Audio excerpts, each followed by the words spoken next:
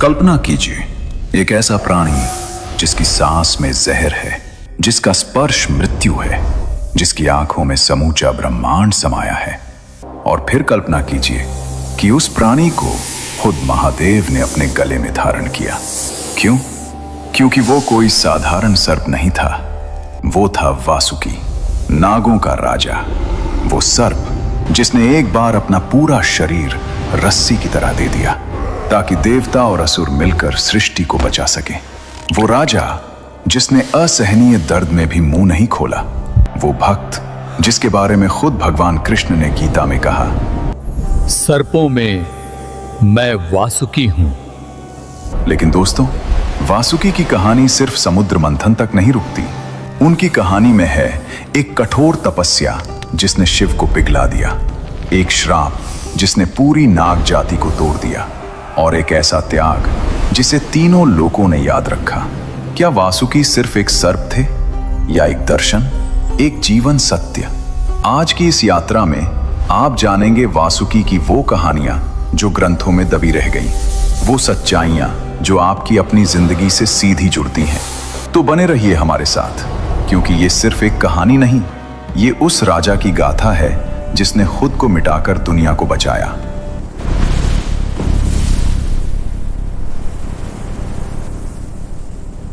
दोस्तों, सबसे पहले बात करते हैं वासुकी थे कौन। हमारे पुराणों में, खासकर महाभारत, विष्णु पुराण, शिव पुराण और भागवत पुराण में वासुकी का उल्लेख बड़े ही आदर और श्रद्धा के साथ किया गया है। वासुकी महर्षि कश्यप और उनकी पत्नी कद्रु माता के पुत्र थे। कद्रु को सर्पों की माता कहा जाता है। उनके गर्भ से हजारों नागों ने जन्म लिया। शेषनाग, वासुकी, तक्षक, कर्कोटक, पद्म और भी अनेक। लेकिन इन सब में वासुकी अलग थे। आपने शेषनाग का नाम जरूर सुना होगा। शेषनाग जो भगवान विष्णु की शैया है, जिनके फन पर पूरी पृथ्वी टिकी है। शेषनाग ज्येष्ठ थे, सबसे बड़े। लेकिन वासुकी नागराज थे, नागलोक के राजा। वो जो काम करते थे वो न शेषनाग ने किया न किसी और ने।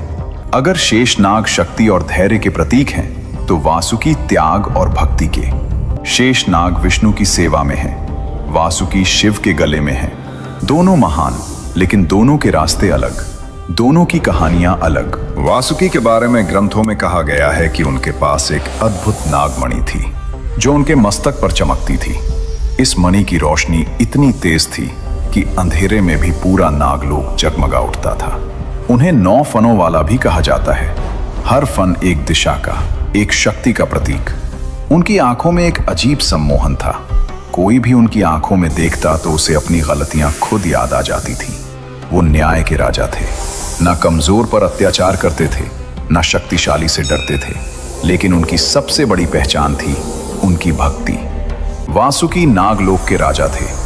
नागलोक यानी पाताल लोक का वो हिस्सा जहां सर्पों का साम्राज्य था, जहां रत्न माणिक्य से भरे महल थे, जहां नाग कन्याएं नृत्य करती थीं, जहां ज्ञान की नदियां बहती थीं और जहां वासुकी न्याय और प्रेम के साथ राज करते थे। उनके दरबार में कोई भेद नहीं था, छोटा नाग हो या बड़ा, सबको समान न्याय मिलता था। यही उनकी महानता थी, यही उनका धर्म था। लेकिन दोस्तों, वासुकी की असली कहानी की शुरुआत होती है उस तपस्या से जो उन्होंने भगवान शिव के लिए की थी। बहुत पहले की बात है, जब नागलोक अभी अभी बसा था, जब वासुकी अभी युवा थे।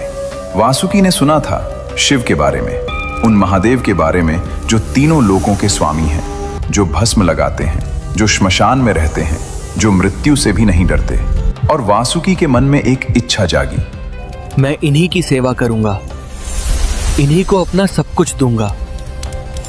वासुकी ने तपस्या शुरू की, कठोर, बहुत कठोर। वासुकी हिमालय की गुफा में बैठ गए, ध्यान में। उन्होंने भोजन त्याग दिया, जल त्याग दिया। ओम नमः शिवाय। दिन बीते, महीने बीते, साल बीते। जंगल में तूफान आए, बर्फ गिरी, धरती कांपी, लेकिन वासुकी नहीं हिले। उनके शरीर पर दीमके चढ़ गईं, लेकिन वो नहीं हिले। उनके चारों ओर जंगल की आग लग गई, लेकिन वो नहीं हिले। बस एक ही नाम, शिवत शिवत शिव। और फिर एक दिन वो पल आया। जमीन हिली, आकाश गरजा और वासुकी के सामने प्रकट हुए भगवान शिव। जटा में गंगा, माथे पर चंद्रमा, गले में रुद्राक्ष, आंखों में एक अजीब शांति। शिव ने वासुकी को देखा, मुस्कुराए और बोले, वासुकी, तुम्हारी भक्ति ने मुझे यहाँ खींच लिया। मांगो, क्या चाहते हो? वासुकी ने आंखें खोली, शिव को देखा और बोले, प्रभु, मुझे कुछ नहीं चाहिए, बस इतना कि मैं हमेशा आपके पास रहूं, आपकी सेवा में। शिव एक पल के लिए चुप रहे और फिर बोले, तथास्तु, आज से तुम मेरे गले के आभूषण बनोगे। दोस्तों, सोचिए इस पल को, जो भगवान तीनों लोकों के स्वामी हैं, जिनके पास देने को सब कुछ था, धन, शक्ति, अमरता, और वासुकी ने मांगा क्या? बस सेवा का अधिकार। यही सच्ची भक्ति है, जो मांगता नहीं, जो देता है। और शिव ने भी इसे समझा, इसीलिए उन्होंने वासुकी को ऐसा स्थान दिया जो किसी देवता को नहीं मिला, खुद अपने गले में। आज भी जब आप शिव की तस्वीर देखते हैं, उनके गले में लिपटा नाग वो वासुकी हैं, आज भी, हर पल। लेकिन दोस्तों, वासुकी की कहानी यहां नहीं रुकती। अब आने वाला था वो दिन जो वासुकी की असली परीक्षा था। वो दिन जब उनकी जान दांव पर थी, जब उन्हें एक ऐसे काम के लिए हां कहनी थी जिसका दर्द शायद मृत्यु से भी बड़ा था।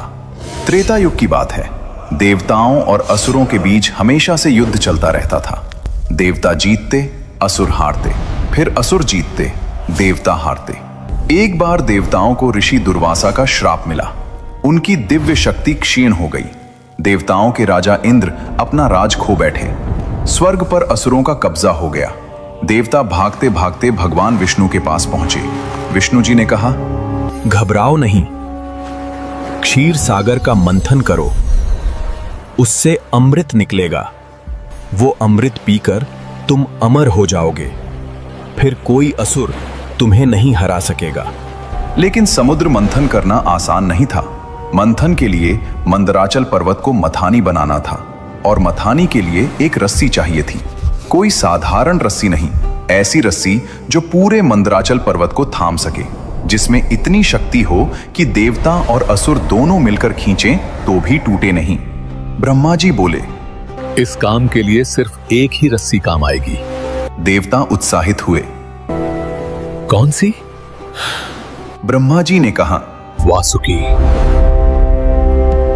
और ये सुनकर पूरे ब्रह्मांड में एक पल के लिए सन्नाटा छा गया। देवता और असुर दोनों मिलकर नागलोक गए। वासुकी अपने राज सिंहासन पर बैठे थे। देवताओं ने हाथ जोड़े, असुरों ने सिर झुकाया।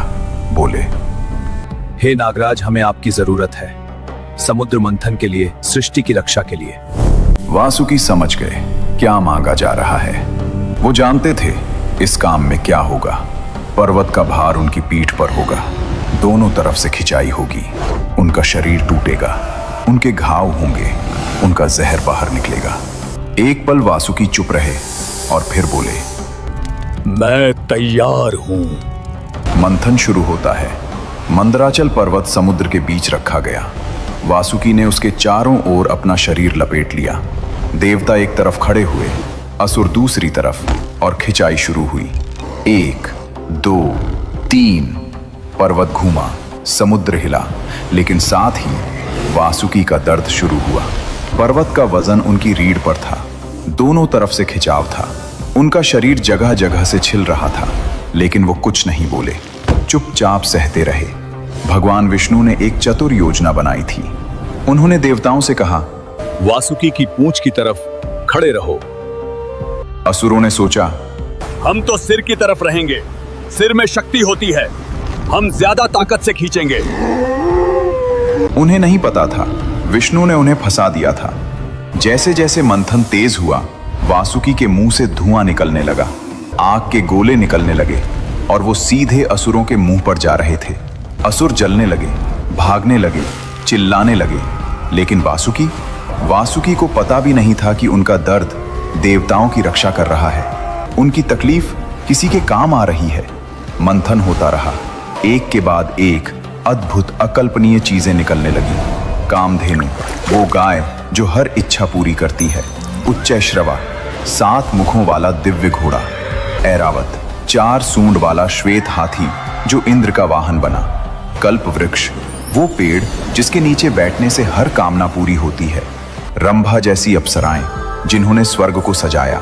माँ लक्ष्मी जो विष्णु जी की संगिनी बनी। धन्वंतरी, देवताओं के वैद्य, हाथ में अमृत का कलश लिए। एक से बढ़कर एक रत्न निकल रहे थे। देवता प्रसन्न थे, लेकिन तभी कुछ और निकला, कुछ ऐसा जिसे देखकर देवता और असुर दोनों कांप गए। हलाहल, महाविष। समुद्र की सतह काली पड़ने लगी। एक अजीब गंध आई, ऐसी जो नाक और फेफड़े जला दे। पानी उबलने लगा, पेड़ सूखने लगे, पक्षी आकाश से गिरने लगे। और फिर निकला हलाहल, कालकूट विष, महाविष। ऐसा जहर जो पूरी सृष्टि को एक पल में नष्ट कर सकता था। देवता भागे, असुर भागे, ब्रह्मा जी स्तब्ध हो गए। और वासुकी अभी भी वहीं थे, उसी पर्वत से लिपटे हुए। वो भाग नहीं सकते थे। उन्होंने वचन दिया था। उन्होंने उस हलाहल की गंध महसूस की। उनका पूरा शरीर जल रहा था, लेकिन वो नहीं हिले। सब चिल्लाए, इसे कौन रोकेगा? और तब एक ही नाम गूंजा, शिव। भगवान शिव आगे आए। मां पार्वती घबराई हुई, आंखों में चिंता। शिव ने वो हलाहल अपनी हथेली में लिया। देवताओं की सांसें रुक गईं और शिव ने वो हलाहल पी लिया। मां पार्वती ने तुरंत उनका कंठ थाम लिया। जहर नीचे नहीं उतरा, वो जहर शिव के कंठ में ही रुक गया और उनका कंठ नीला पड़ गया। इसीलिए महादेव को नीलकंठ कहते हैं, उस दिन से आज तक। और दोस्तों, उस पल जब शिव ने हलाहल पिया, वासुकी भी उनके गले में लिपटे थे। उन्होंने भी वो जहर महसूस किया। समुद्र मंथन का दर्द अलग था, लेकिन अपने भगवान को जहर पीते देखने का दर्द वो और भी गहरा था। वासुकी की आंखें भर आईं। उन्होंने शिव को और कसकर थाम लिया, जैसे कह रहे हों, प्रभु, मैं हूं, मैं हमेशा यहां हूं। और शिव ने अपनी बंद आंखों से वासुकी की उस भावना को महसूस किया और मुस्कुराए। दोस्तों, समुद्र मंथन के बाद भी वासुकी की कहानी खत्म नहीं हुई। एक बार ब्रह्मा जी ने 3 असुरों, तारकाक्ष, विद्युन्माली और कमलाक्ष को वरदान दिया था। इन तीनों ने 3 नगर बनाए, सोने का, चांदी का और लोहे का। ये तीनों नगर मिलकर त्रिपुर कहलाए। वरदान था कि ये तीनों नगर जब एक सीध में आए तभी नष्ट हो सकते हैं, और ये काम सिर्फ एक ही बाण से होगा। असुर अत्याचार करने लगे, देवता फिर परेशान हुए। भगवान शिव ने त्रिपुर नष्ट करने का निश्चय किया। उन्होंने अपना विशाल धनुष उठाया, लेकिन धनुष की डोरी नहीं थी। शिव ने इधर उधर देखा, तभी वासुकी आगे आए। बोले, प्रभु, मुझे अपनी धनुष की डोरी बनाइए। शिव ने वासुकी को देखा, मुस्कुराए और बोले, तथास्तु। वासुकी उस विशाल धनुष में डोरी बन गए। शिव ने पाशुपतास्त्र चढ़ाया। तीनों नगर एक सीध में आए और उस एक बाण से त्रिपुर भस्म हो गया। देवता जय जयकार करने लगे और वासुकी एक बार फिर, खुशी उनकी नहीं थी, श्रेय उनका नहीं था, लेकिन सेवा उनकी थी और वो काफी था। यही वासुकी थे, हमेशा पीछे, हमेशा निस्वार्थ, हमेशा तैयार। दोस्तों, महाभारत काल की बात है। पांडव वनवास पर थे। 12 साल का वनवास, जंगल जंगल भटकना, कभी भूख, कभी खतरा, कभी अकेलापन। एक दिन भीम, जो 5 पांडवों में सबसे बलशाली थे, जिनके शरीर में 1000 हाथियों का बल था, अकेले एक घने जंगल में घूम रहे थे। तभी एक नदी के किनारे उन्हें एक विशाल अजगर मिला। इतना विशाल कि उसने पलक झपकते भीम को अपनी कुंडली में जकड़ लिया। भीम ने पूरी ताकत लगाई, लेकिन वो हिल भी नहीं पाए। जो भीम पहाड़ तोड़ सकते थे, आज एक सर्प की पकड़ में थे। ये कोई साधारण सर्प नहीं था, ये थे नागवंश के एक महान राजा, जो किसी श्राप के कारण अजगर बन गए थे। श्राप था कि जब कोई ज्ञानी पुरुष उनके सवालों का सही जवाब दे, तभी उनका उद्धार होगा। भीम के पास बल था, ज्ञान नहीं, इसलिए वो असहाय थे। जब बहुत देर तक भीम नहीं लौटे, तो युधिष्ठिर उन्हें ढूंढते हुए वहां पहुंचे। उन्होंने देखा भीम उस विशाल सर्प की पकड़ में है। युधिष्ठिर घबराए नहीं। उन्होंने शांति से उस सर्प से बात की। उनके हर सवाल का सही, गहरा और धर्मयुक्त जवाब दिया और उस जवाब से उस नाग राजा का श्राप टूट गया। वो मुक्त हो गए। उन्होंने आशीर्वाद देकर प्रस्थान किया। ये बात जब नागलोक तक पहुंची, जब वासुकी को पता चला कि पांडवों ने उनके एक बंधु नाग को श्राप से मुक्त किया, तो वासुकी का हृदय भर आया।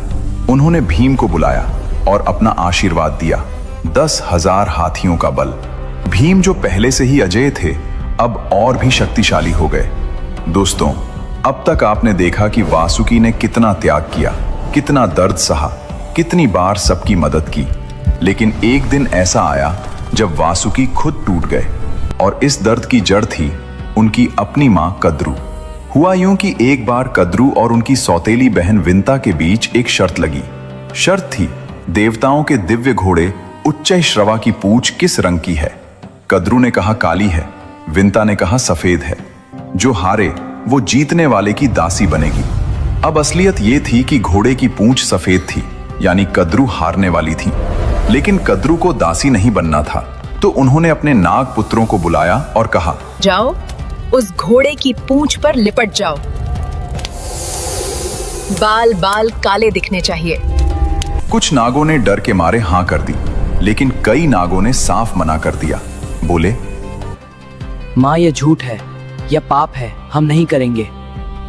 कद्रू को गुस्सा आया।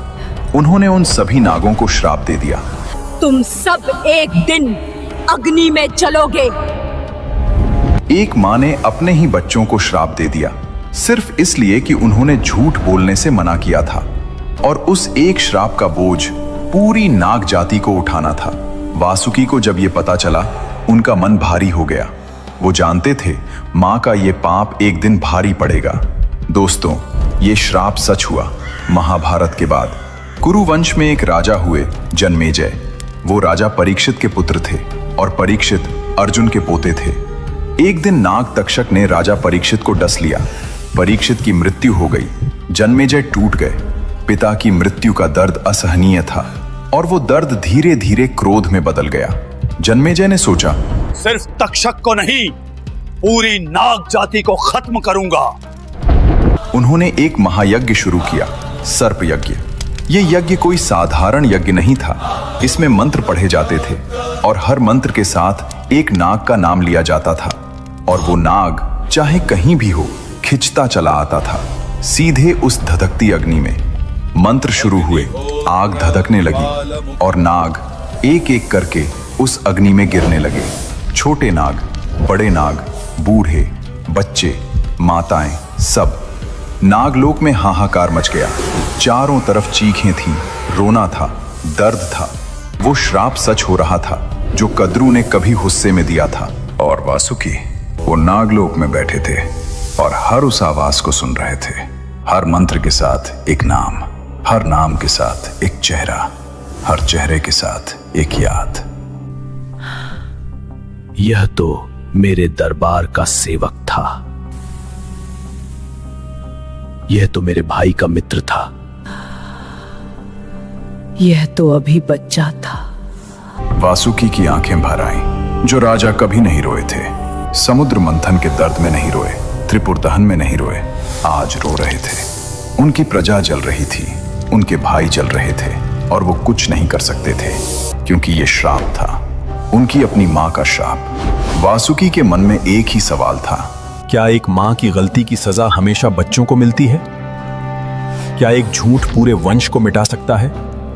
वासुकी ने आंखें बंद की, शिव को याद किया, मन ही मन बोले, प्रभु, मैंने हमेशा सबकी मदद की, आज मेरी मदद करो, रास्ता दिखाओ। दोस्तों, वासुकी की प्रार्थना सुनी गई। दरअसल बहुत पहले जब ये श्राप दिया गया था, तब ब्रह्मा जी ने वासुकी को एक उपाय बताया था। उन्होंने कहा था, वासुकी, तुम्हारी बहन जरत्कारु का विवाह ऋषि जरत्कारु से होगा। उनका एक पुत्र होगा, आस्तिक, और वही आस्तिक एक दिन इस सर्प यज्ञ को रोकेगा। वासुकी को वो बात याद आई। उन्होंने अपनी बहन मनसा देवी की ओर देखा, जो खुद दर्द में थी, खुद रो रही थी। वासुकी ने कहा, बहन, तेरा बेटा ही हमारी आखिरी उम्मीद है। मनसा देवी ने अपने आंसू पोंछे, बोली, भाई आस्तिक जाएगा, हमारा वंश बचेगा। आस्तिक युवा थे, तेजस्वी थे, वेद ज्ञान से भरे हुए। वो उस यज्ञ स्थल पर पहुंचे जहां आग धधक रही थी, मंत्र गूंज रहे थे, हर तरफ भय था। लेकिन आस्तिक निडर थे। उन्होंने वहां वेदों का इतना सुंदर पाठ किया, इतने गहरे ज्ञान की बातें की कि राजा जन्मेजय स्तब्ध रह गए। जन्मेजय ने खुश होकर कहा, मांगो, जो चाहो मांगो। आस्तिक ने एक पल भी नहीं लिया, बोले, राजन, यह यज्ञ रोक दीजिए। जन्मेजय के मन में द्वंद्व हुआ, लेकिन वचन दे चुके थे, वचन से पीछे नहीं हट सकते थे। यज्ञ रुक गया, नाग जाति बच गई। नागलोक में उत्सव हुआ, आंसू और खुशी दोनों एक साथ। और वासुकी, वो झुककर आस्तिक के पैरों में गिर गए, बोले, तुमने आज मेरे पूरे वंश को जीवन दिया, मैं तुम्हारा ऋणी हूं। एक राजा का सबसे बड़ा धर्म यही था, अपनी प्रजा को बचाना, और वासुकी ने वो धर्म निभाया। दोस्तों, वासुकी की महानता का सबसे बड़ा प्रमाण मिलता है भगवद गीता में। कुरुक्षेत्र के युद्ध क्षेत्र में जब अर्जुन टूट गए थे, जब उनके हाथ से गांडीव छूट रहा था, तब भगवान कृष्ण ने अपना विराट स्वरूप दिखाया और कहा, मैं सब में हूं, देवताओं में इंद्र हूं, नदियों में गंगा हूं, मासों में मार्गशीर्ष हूं, और सर्पों में मैं वासुकी हूं। गीता का 10वां अध्याय, विभूति योग। जब भगवान ने खुद कहा, सर्पों में मैं वासुकी हूं, इससे बड़ा सम्मान, इससे बड़ा प्रमाण और क्या हो सकता है। आज भी हर साल श्रावण मास में नाग पंचमी मनाई जाती है।